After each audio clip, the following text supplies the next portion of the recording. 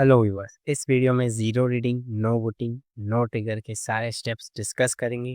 तो सारे स्टेप्स को ध्यान से सुनना और जब भी कोई फ़ोन ज़ीरो रीडिंग पर आए तो ये स्टेप्स ज़रूर फॉलो करना। आप में से कई लोगों को स्टेप 2 या स्टेप 3 तक ऑलरेडी मालूम होगा, बट नेक्स्ट स्टेप्स हो सकता है आपके लिए नया हो। तो चलिए शुरू करते हैं। Step number 1, check VPH line और buck and boost line, GR यानी कि diode value and voltage both. Check diode value without charging and without battery. इस टेस्टिंग को हम कूल टेस्टिंग भी कहते हैं। Then check voltage with charging and without battery. अगर आपका वीपीएच वोल्टेज बन रहा है तो आपका स्टेप नंबर 1 ओके है, and if okay then follow step 2, if not okay then follow this solution. अगर डायोड वैल्यू सही नहीं आ रही है, यानी कि 000 या फिर 50 या 100 भी आ रही है, तो फिर आपकी लाइन में शॉर्टिंग है। आपको रोजन या थर्मल कैमरे की मदद से डीसी से वोल्टेज इंजेक्ट करके शॉर्टिंग हटानी पड़ेगी। हो सकता है कोई कैपेसिटर शॉर्ट हो सकता है कोई आईसी शॉर्ट हो। ये लाइन तो पूरे बोर्ड में सारी जगहों में फैली रहती है, तो कुछ भी शॉर्ट हो सकता है, सीपीयू एंड यूएफएस को छोड़ के। अगर आपको डायोड वैल्यू सही मिल रही है एंड वोल्टेज नहीं बन रहा है, तो सबसे पहले चार्जिंग कॉइल यानी कि वीपीएच कॉइल में वोल्टेज चेक कीजिए, और वोल्टेज नहीं है तो रिप्लेस चार्जिंग आईसी और check inputs of charging IC. But ज़्यादातर केसेस में लाइन शॉर्ट ही निकलती है, और अगर शॉर्ट नहीं रहती है तो वोल्टेज बनता ही है।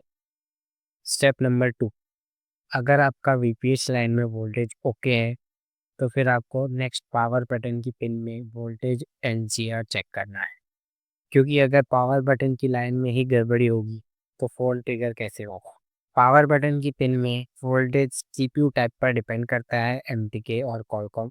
किसी में 1.8 बनता है और किसी में टीपीएस यानी 3.8 बनता है। स्टेप 2 ओके होने पर स्टेप 3 फॉलो करें, वरना स्टेप 2 का सॉल्यूशन। अगर पावर बटन की लाइन में जीआर सही नहीं है तो उस लाइन के सारे कंपोनेंट्स चेक करना है एंड फाइंड करना पड़ेगा कि ये लाइन पावर आईसी से मिस तो नहीं है। अगेन इसमें भी जीआर आ रहा है तो वोल्टेज भी आता ही है ज़्यादातर केसेस। स्टेप 3, अब आपका वीपीएच भी बन रहा है और पावर की पे वोल्टेज भी बन रहा है।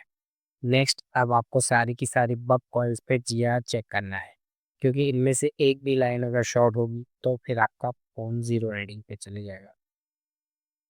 इफ़ जीआर ओके है और वोल्टेज नहीं बन रहा है, देन आपकी पावर ऐसी ख़राब होने के चांसेस हैं, या पावर एसी के नीचे की कोई पैड डैमेज होने के चांसेस है। इफ स्टेप 3 इज ओके, यानी कि सारी की सारी कॉइल्स पर जीआर ओके है, तो स्टेप 4 फॉलो करें, वरना स्टेप 3 का सॉल्यूशन।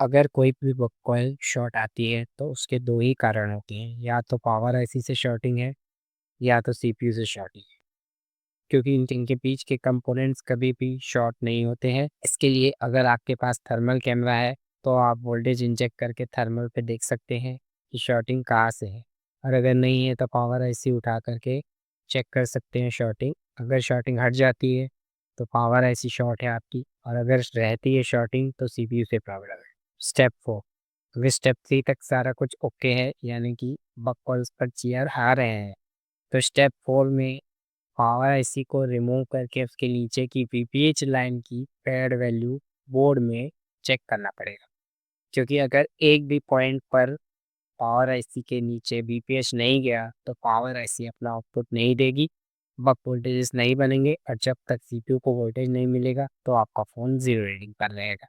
सॉल्यूशन, और अगर आपकी कोई पैड लूज है या मिस है पावर आईसी के नीचे की वीपीएच वाली, तो उसे रिपेयर करें और पावर एसी इंस्टॉल करें। और अगर ये सब करने के बाद भी बक वोल्टेजेस नहीं बन रहे हैं तो एक बार पावर रिप्लेस करें, नहीं तो फॉलो स्टेप नंबर 5।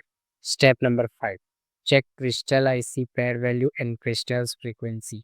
अगर आपके पास डीएसओ है तो आप क्रिस्टल की फ्रीक्वेंसी को चेक कर सकते हैं कि फ्रीक्वेंसी आपकी बन रही है कि नहीं बन रही है, और अगर फ्रीक्वेंसी ओके है देन फॉलो स्टेप 6, और अगर फ्रीक्वेंसी नहीं बन रही है तो एक बार क्रिस्टल आईसी या क्रिस्टल को चेंज करके भी देख सकते हो। Step number 6, revolve CPU. अगर इससे भी रीडिंग नहीं आती है, अगर सीपीयू रिवॉल्व करने के बाद भी आपका फ़ोन में बूटिंग नहीं आती है, तो हम ये समझ सकते हैं कि आपका सीपीयू डैमेज हो गया है या आपकी इंटरनली बोर्ड से कोई लाइन डैमेज हो गई है। तो उम्मीद है ये आपको सारे के सारे स्टेप्स काम में आएंगे। अगर ये स्टेप्स आपको हेल्प करें तो कमेंट में ज़रूर बताना और मेरे चैनल में सॉफ्टवेयर की थ्योरी भी अवेलेबल है, एक बार ज़रूर चेकआउट करना। Thanks for watching.